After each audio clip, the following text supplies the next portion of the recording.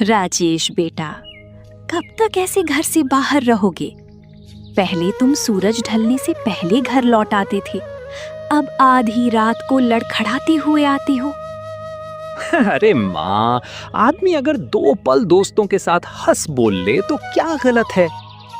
गलत हंसी नहीं होती बेटा, गलत रास्ता होता है। और मुझे डर है कि तुम उसी रास्ते पर बढ़ते जा रहे हो। माँ सही कह रही हैं, घर का राशन खत्म हो रहा है, खेत सूख रहे हैं, लेकिन आपको इन बातों से ज्यादा अपने दोस्तों की महफिल प्यारी लगती है। बस करो तुम दोनों, हर वक्त ताने सुनकर आदमी घर से दूर भागने लगता है। गांव में कालिया नाम का एक आदमी था। ऊपर से हंसमुख दिखता था, लेकिन गांव के लोग जानते थे कि वो छोटे मोटे गलत काम करता रहता था। वही धीरे धीरे राजेश को अपने साथ जोड़ रहा था। राजेश, कब तक खेतों में मिट्टी खोदता रहेगा? इतनी मेहनत करके भी क्या मिला? तो क्या करूं?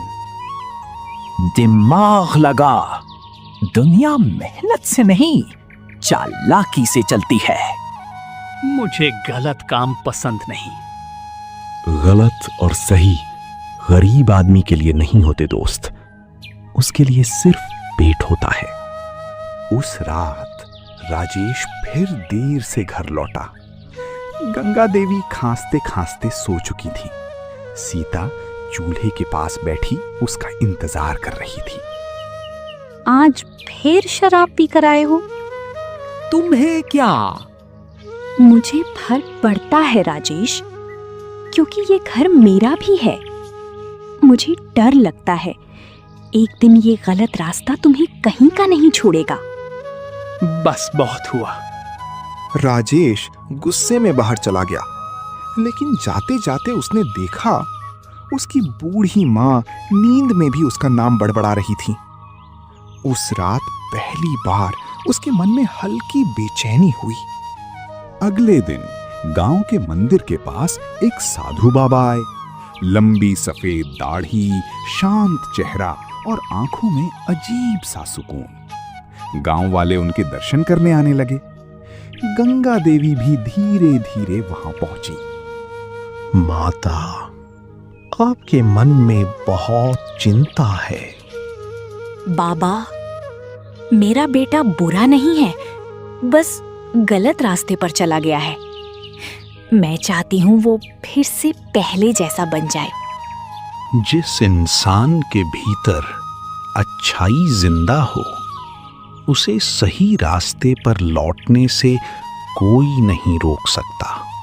उसी शाम कालिया राजेश को अपने साथ शहर ले गया। बस एक छोटा सा काम करना है।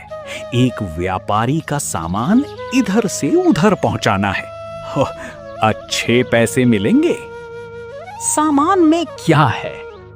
इतने सवाल मत पूछ।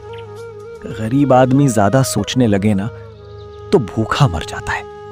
राजेश मन मारकर उसके साथ चला गया, लेकिन रास्ते में उसने देखा बोरियों में चोरी का सामान भरा हुआ था। ये सब चोरी का है? अब पीछे मत हटना। उधर घर पर गंगा देवी बेचैन बैठी थी। सीता, मेरा मन बहुत घबरा रहा है। मुझे भी डर लग रहा है माँ। तभी देर रात राजेश घर लौटा। उसके चेहरे पर डर साफ दिखाई दे रहा था। क्या हुआ बेटा? माँ, मैं बहुत बड़ी गलती करने जा रहा था। गलती करने वाला इंसान बुरा नहीं होता बेटा, गलती मानने वाला इंसान बड़ा होता है। अगली सुबह राजेश अकेला मंदिर पहुंचा। साधु बाबा वहीं बैठे थे। बाबा, क्या एक गलत रास्ते पर चला आदमी फिर से अच्छा बन सकता है? अगर नदी अपना रास्ता बदल सकती है तो इंसान क्यों नहीं? लेकिन मैंने माँ और सीता को बहुत दुख दिया है। पछतावा तभी काम आता है बेटा, जब उसके बाद इंसान खुद को बदल ले।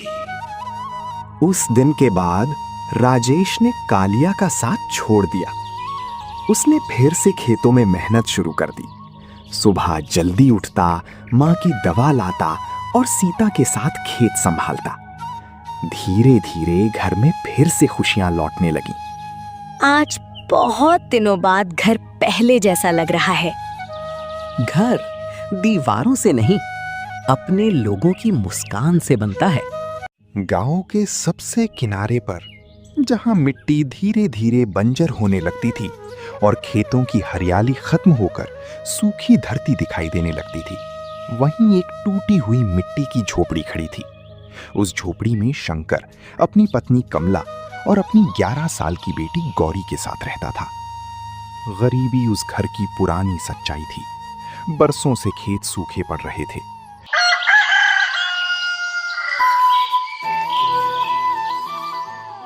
दोपहर की धूप गांव की कच्ची सड़क पर तिरछी पड़ रही थी।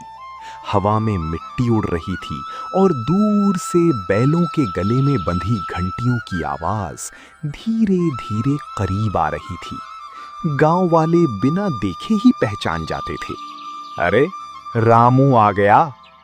पुरानी लकड़ी की बैलगाड़ी, 2 दुबले लेकिन मेहनती बैल और चेहरे पर थकान लिए रामू, यही उसकी पूरी दुनिया थी। रामू गांव-गांव सामान ढोता था। कभी अनाज, कभी लकड़ियां, कभी शादी का सामान, तो कभी लोगों को मेले तक पहुंचाता। उसी बैलगाड़ी से उसके घर का चूल्हा जलता था।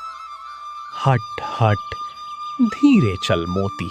अरे कालू, तू फिर रास्ते में घास खाने लगा? रामू अपने बैलों से ऐसे बात करता था जैसे वो जानवर नहीं, उसके परिवार के लोग हों। गांव के किनारे मिट्टी की छोटी सी झोपड़ी में रामू अपनी पत्नी गीता और अपनी बेटी गुड़िया के साथ रहता था। शाम होते ही रामू थका हुआ घर पहुंचा। बैलगाड़ी की लकड़ी जगह जगह से टूटने लगी थी। फिर पूरे दिन बिना आराम किए काम करते रहे ना? आराम गरीब आदमी के नसीब में कहाँ होता है गीता। गाड़ी रुकी तो घर का चूल्हा भी रुक जाएगा। बाबा, आज मेरे लिए क्या लाए? तेरे लिए ये देख। रामू ने जेब से 2 इमली निकाली। गुड़िया खुशी से हंस पड़ी। बस 2 इमली में खुश हो जाती है। गरीब के बच्चे छोटी चीजों में भी मेले ढूंढ लेते हैं गीता। अगली सुबह गांव के चौधरी ने रामू को बुलाया। रामू, कल शहर से शादी का सामान लाना है, बहुत जरूरी काम है। हो जाएगा मालिक। लेकिन सामान ज्यादा है, संभाल पाएगा ना?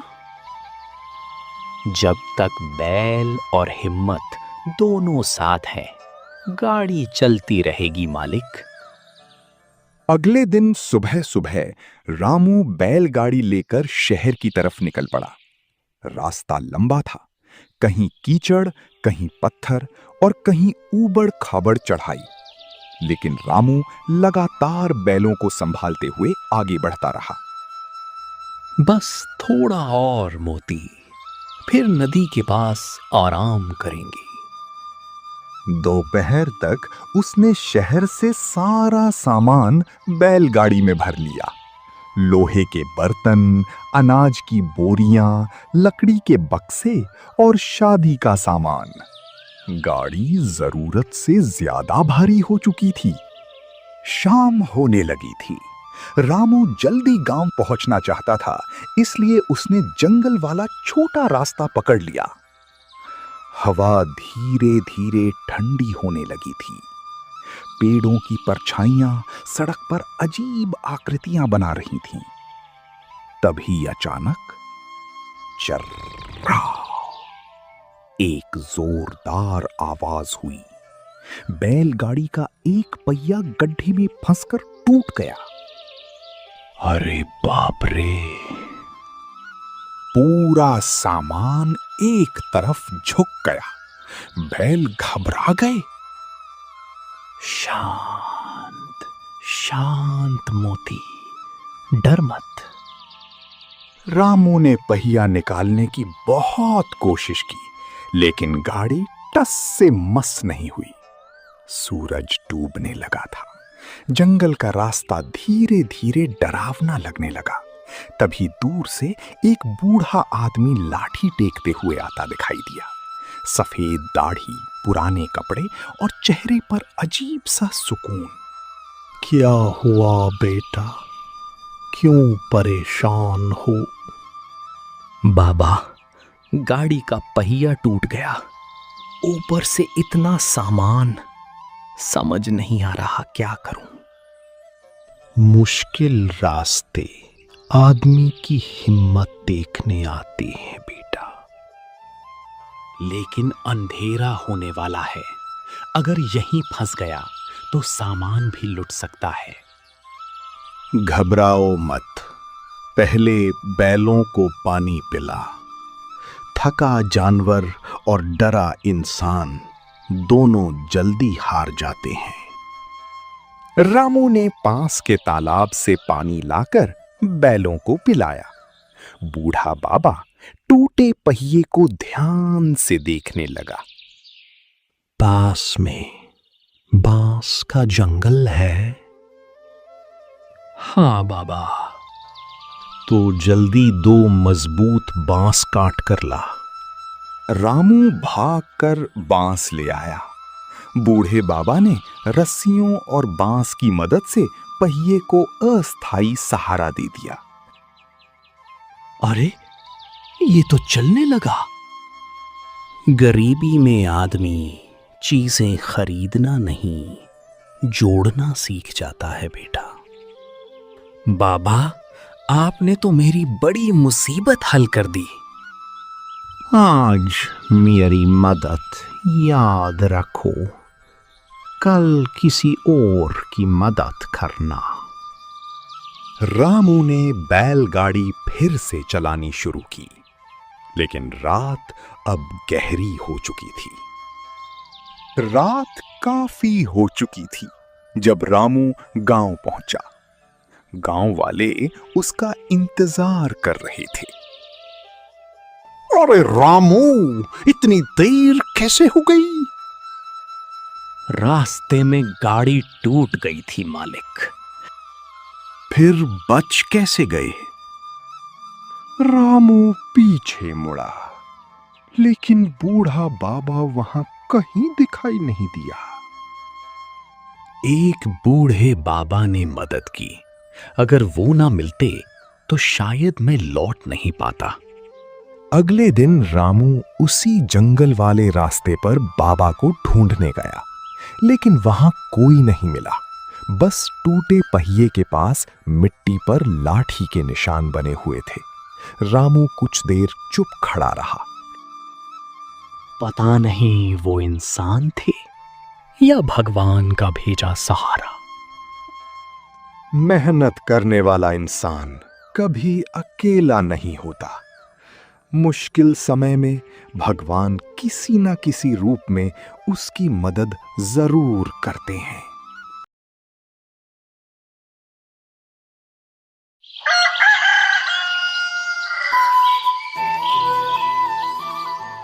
गांव के सबसे आखिरी किनारे पर, जहां खेत खत्म होकर घना जंगल शुरू होता था, वहीं मिट्टी और फूस से बनी एक छोटी सी झोपड़ी थी।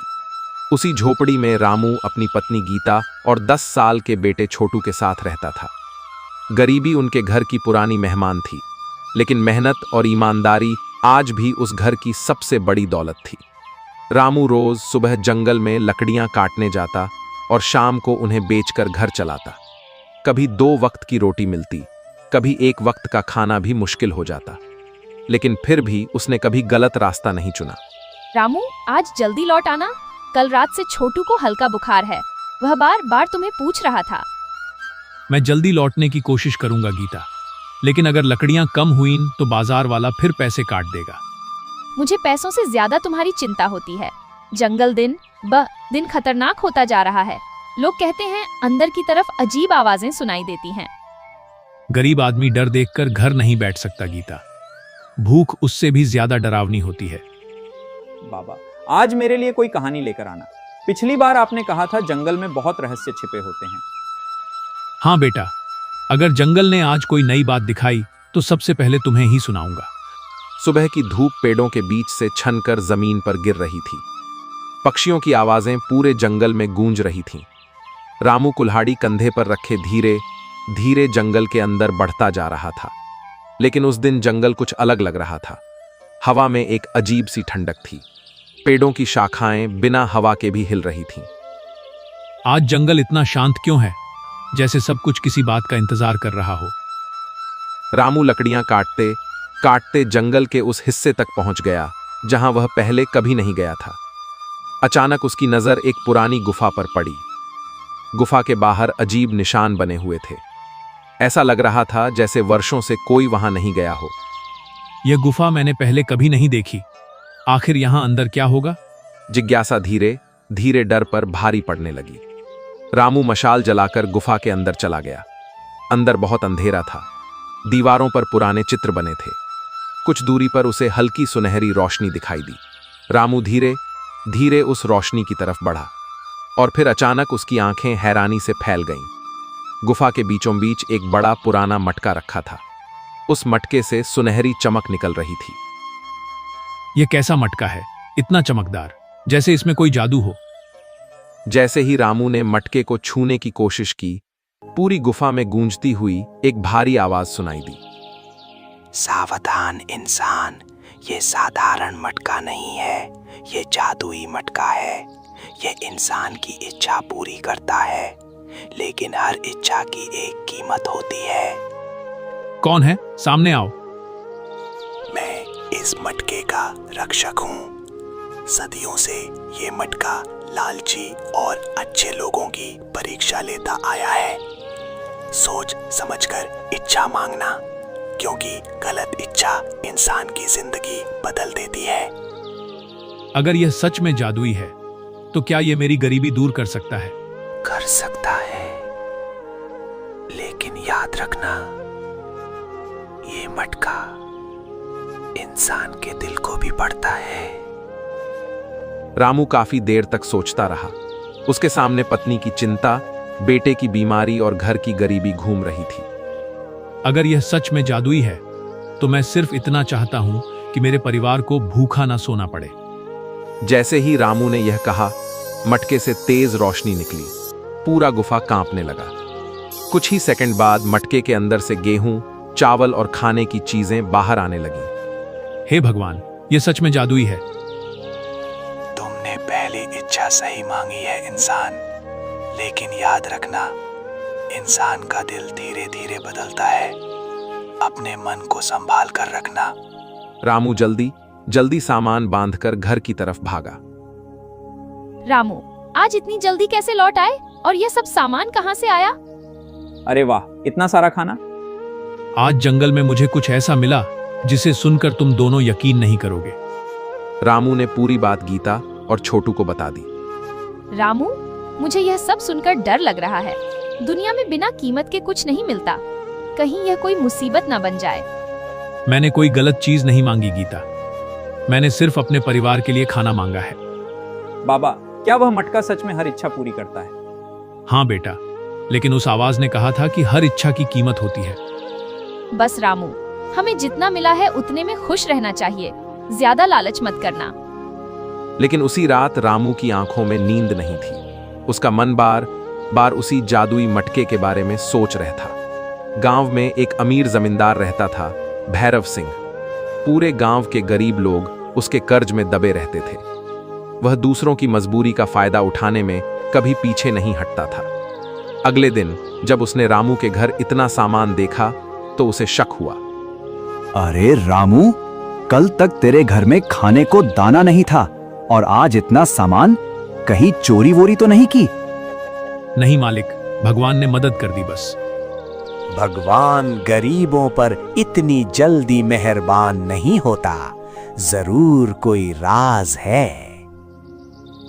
भैरव सिंह की आंखों में लालच साफ दिखाई दे रहा था। कुछ दिनों तक सब ठीक चलता रहा। घर में खाने की कमी खत्म हो गई। छोटू की तबीयत भी सुधरने लगी। लेकिन धीरे धीरे रामू के मन में नए विचार आने लगे। अगर मटका इतना सब दे सकता है तो क्या मैं छोटा सा पक्का घर नहीं मांग सकता? रामू, मुझे अच्छा नहीं लग रहा। जितनी जरूरत थी उतना मिल गया ना, फिर क्यों बार बार उस मटके के पास जाना चाहते हो? मैं लालच नहीं कर रहा गीता। मैं बस चाहता हूं कि तुम और छोटू अच्छे घर में रहो। बारिश में यह झोपड़ी हर बार टूट जाती है। अगली सुबह रामू फिर जंगल की गुफा में पहुंच गया। तुम फिर आ गए इंसान। मैं अपने परिवार के लिए एक छोटा सा पक्का घर चाहता हूं। इच्छा पूरी होगी, लेकिन याद रखना, हर नई इच्छा इंसान के दिल को थोड़ा और बदल देती है। मटके से फिर तेज रोशनी निकली। जब रामू घर पहुंचा तो उसकी पुरानी झोपड़ी की जगह छोटा लेकिन सुंदर पक्का घर खड़ा था। बाबा, यह हमारा घर है? हे भगवान, यह सब सच है? अब हमें बारिश से डरने की जरूरत नहीं। लेकिन उसी पल दूर खड़ा भैरव सिंह यह सब देख रहा था। उसकी आंखों में अब सिर्फ लालच था। दिन बीतते गए। रामू का जीवन बदलने लगा। अब उसके घर में खाने की कमी नहीं थी। गांव वाले भी हैरान थे कि एक गरीब लकड़हारा अचानक इतना खुशहाल कैसे हो गया। लेकिन इंसान का मन बहुत अजीब होता है। जब उसकी छोटी जरूरतें पूरी हो जाती हैं, तब बड़ी इच्छाएं जन्म लेने लगती हैं। अगर मेरे पास थोड़ा और पैसा हो जाए तो मैं छोटू को शहर के बड़े स्कूल में पढ़ा सकता हूँ। रामू, मैं फिर कह रही हूँ, जितना मिला है उसमें खुश रहो। मुझे डर लगता है। डर क्यों? अब तक तो मटके ने हमारा भला ही किया है। कभी कभी हर चमकती चीज अच्छी नहीं होती। उधर भैरव सिंह ने रामू का पीछा करना शुरू कर दिया। एक दिन उसने रामू को जंगल की तरफ जाते हुए देख लिया। अब समझा, जरूर जंगल में कोई खजाना छिपा है। यही वजह है कि ये गरीब अचानक अमीर बनने लगा। भैरव सिंह चुपके रामू के पीछे गुफा तक पहुंच गया। लेकिन वह अंदर जाने की हिम्मत नहीं जुटा पाया। उसने तय कर लिया कि वह किसी भी कीमत पर उस रहस्य को जानकर रहेगा। रामू फिर गुफा के अंदर पहुंचा। तुम्हारे दिल में अब बेचैनी बढ़ रही है इंसान, संभल जाओ। मैं बस इतना चाहता हूं कि मेरे पास इतना धन हो जाए कि मेरा बेटा कभी गरीब ना कहलाए। धन इंसान की जरूरत पूरी करता है, लेकिन लालच इंसान की आत्मा खा जाता है। फिर भी मटका चमका। जब रामू घर लौटा तो उसके घर में सोने के सिक्कों की छोटी पेटी रखी थी। बाबा, अब हम अमीर हो गए? नहीं बेटा, अभी नहीं, लेकिन अब हमें दुख नहीं सहना पड़ेगा। रामू, तुम्हारी आंखों में पहले जैसी शांति नहीं रही। मुझे लगता है यह मटका धीरे धीरे तुम्हें बदल रहा है। तुम बेकार डर रही हो। उस रात अचानक तेज आंधी चली। आसमान में बिजली चमकने लगी। रामू को सपने में वही भारी आवाज सुनाई दी। इंसान, तुम जरूरत और लालच के बीच की सीमा भूलते जा रहे हो। अगर तुम नहीं रुके तो ये मटका तुम्हें सब कुछ देकर सब कुछ छीन भी लेगा। नहीं, मैं सिर्फ अपने परिवार की खुशी चाहता हूं। हर लालची इंसान शुरुआत में यही कहता है। अगली सुबह छोटू अचानक बहुत बीमार पड़ गया। उसका शरीर तपने लगा। रामू, छोटू को देखो, इसे बहुत तेज बुखार है। अचानक ये कैसे हो गया? मैंने कहा था ना, ये मटका ठीक नहीं है। रामू घबरा गया। वह तुरंत छोटू को लेकर वैद्य के पास गया। बच्चे की हालत ठीक नहीं है, इसे आराम और दवा दोनों चाहिए। रामू के मन में डर बैठ गया। उसे पहली बार लगा कि शायद मटके की चेतावनी सच थी। उसी रात भैरव सिंह अपने आदमियों के साथ गुफा तक पहुंच गया। आज वो जादुई खजाना मेरा होगा। जैसे ही उसने मटके को छूने की कोशिश की, पूरी गुफा कांपने लगी। लालची इंसान, ये मटका तुम्हारे जैसे लोगों के लिए विनाश है। मुझे धन चाहिए, बहुत सारा धन। अचानक मटके से काला धुआं निकलने लगा। पूरा गुफा अंधेरे से भर गया। भैरव सिंह डर के मारे कांपने लगा। कुछ ही पलों में भैरव सिंह के सारे आदमी बेहोश होकर गिर पड़े। भैरव सिंह किसी तरह जान बचाकर भागा। अगले दिन रामू फिर गुफा में पहुंचा। उसकी आंखों में डर और पछतावा दोनों थे। मुझे माफ कर दो। मैं समझ गया हूं कि जरूरत और लालच में फर्क होता है। मैं सिर्फ अपने परिवार को सुरक्षित रखना चाहता हूं। तुमने देर से सही, लेकिन सच समझ लिया इंसान। यही इस मटके की सबसे बड़ी परीक्षा थी। मटका धीरे धीरे चमकने लगा। इस बार उसकी रोशनी बहुत शांत थी। जो इंसान समय रहते लालच छोड़ दे, वही सच्चा अमीर होता है। कुछ ही पलों में मटके की चमक गायब होने लगी। क्या हो रहा है? अब ये मटका हमेशा के लिए गायब हो जाएगा, क्योंकि इसका काम पूरा हो चुका है। रामू जब घर लौटा तो छोटू का बुखार उतर चुका था। गीता की आंखों में भी राहत थी। घर पहले जैसा साधारण था। सोने के सिक्के गायब हो चुके थे, लेकिन उनके चेहरों पर फिर वही पुरानी शांति लौट आई थी। बाबा, अब हम फिर गरीब हो गए? नहीं बेटा, अब हम सच में अमीर हुए हैं, क्योंकि हमने सीख लिया है कि इंसान की सबसे बड़ी दौलत उसका परिवार और उसका सुकून होता है। और लालच इंसान से उसकी खुशी छीन लेता है। कुछ दिनों बाद गांव वालों ने देखा कि रामू पहले जैसा ही मेहनत कर रहा है, लेकिन अब उसके चेहरे पर अजीब सी शांति थी। जरूरत इंसान को मेहनती बनाती है, लेकिन लालच इंसान को अंधा कर देता है। जिस इंसान के पास संतोष है, वही दुनिया का सबसे अमीर इंसान है।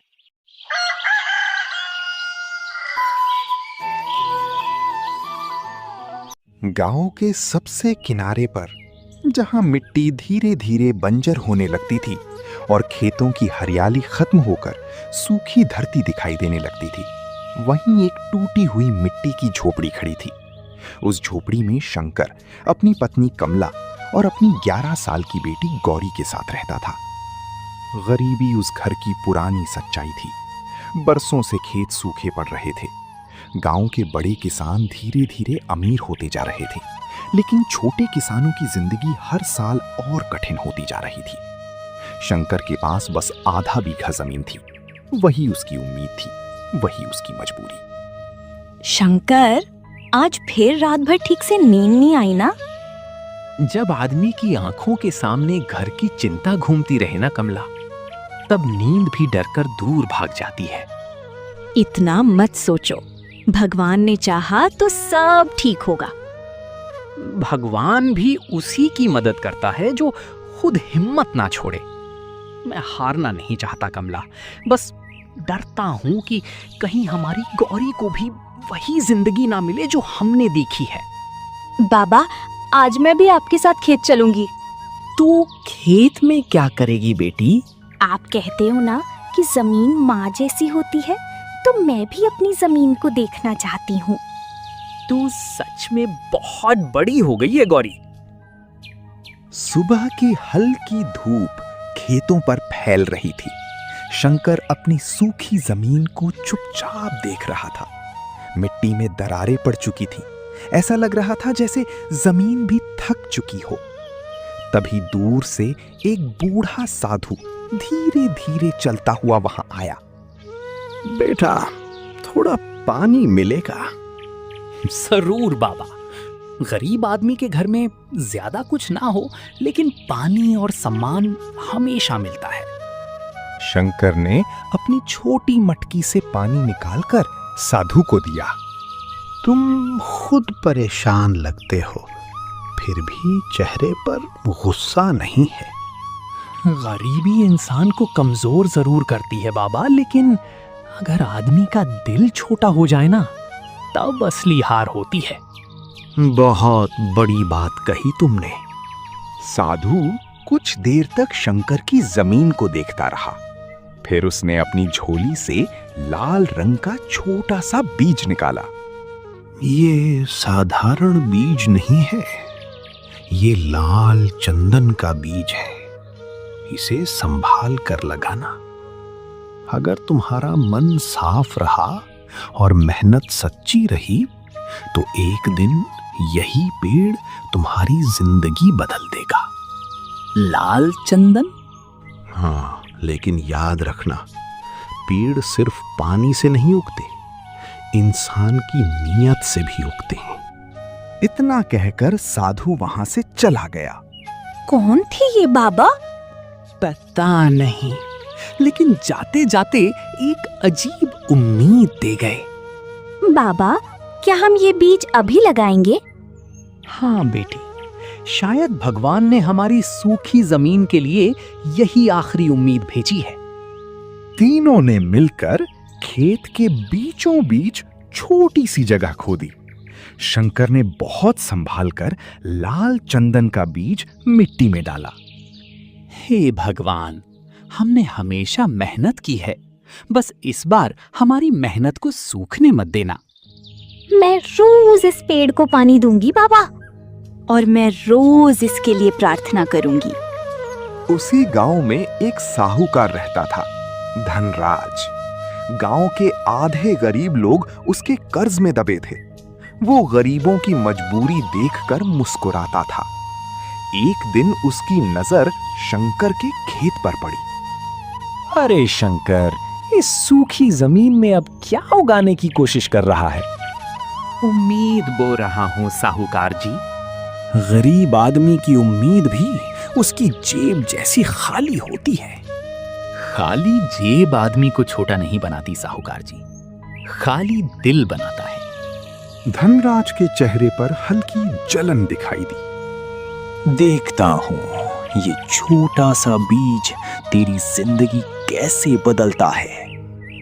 दिन बीतते गए, गर्मी बढ़ती जा रही थी। गांव के कई खेत सूखने लगे थे, लेकिन शंकर हर सुबह उठकर उस छोटे से बीज वाली जगह पर पानी डालता। कई लोग उसका मजाक उड़ाने लगे। अरे शंकर पागल हो गया है, सूखी जमीन में लाल चंदन उगाएगा। गरीबी आदमी को सपने ज्यादा दिखाने लगती है। लेकिन शंकर ने किसी की बात का जवाब नहीं दिया। लोगों की बातें सुनकर बुरा नहीं लगता। जब आदमी के पास सच और मेहनत हो ना, तब दूसरों की बातें धीरे धीरे छोटी लगने लगती हैं। एक सुबह गौरी दौड़ती हुई घर के अंदर आई। पापा, पापा जल्दी चलो, हमारा बीज उगाया। शंकर और कमला तुरंत खेत की तरफ भागे। मिट्टी के बीच से छोटी सी हरी कोंपल बाहर निकल आई थी। हे भगवान, सच में उगाया। देखा, मेहनत कभी पूरी तरह सूखती नहीं, बस उसे वक्त चाहिए होता है। अब ये बहुत बड़ा पेड़ बनेगा ना बाबा? हाँ बेटी, और एक दिन यही पेड़ हमारी किस्मत बदलेगा। महीने बीतते गए। छोटा सा पौधा अब धीरे धीरे मजबूत होने लगा था। उसकी लकड़ी में हल्का लालपन दिखने लगा था। गांव के लोग अब शंकर का मजाक कम और हैरानी ज्यादा करने लगे थे। सुनो, शायद सच में ये लाल चंदन का पेड़ है। अगर ये बड़ा हो गया ना, तो शंकर की जिंदगी बदल जाएगी। लेकिन जहां उम्मीद होती है, वहां लालच भी धीरे धीरे जन्म लेने लगता है। धनराज अब रोज चोरी छिपे उस पेड़ को देखने आने लगा। अगर ये सच में लाल चंदन है तो इसकी कीमत लाखों में होगी। इतना धन मैं किसी गरीब के हाथ नहीं लगने दूंगा। एक रात गांव में तेज आंधी और बारिश शुरू हो गई। बिजली जोर जोर से चमक रही थी। शंकर, मुझे उस पेड़ की चिंता हो रही है। इतनी तेज हवा में कहीं टूट ना जाए। मैं देख कर आता हूं। शंकर बारिश में भीगता हुआ खेत तक पहुंचा। पेड़ तेज हवा में झूल रहा था। डर मत, मैं तुझे कुछ नहीं होने दूंगा। उसने पेड़ को रस्सियों से बांध दिया ताकि वो टूट ना सके। पूरी रात वो बारिश में उसी पेड़ के पास बैठा रहा।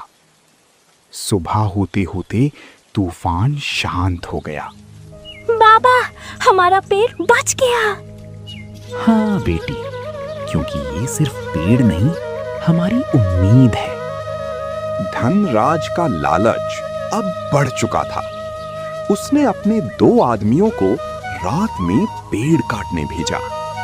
अगर किसी ने देख लिया तो? गरीब आदमी की आवाज कौन सुनता है? जल्दी जाओ और पेड़ काट कर ले आओ। रात गहरी थी। दोनों आदमी चुपके चुपके खेत में पहुंचे।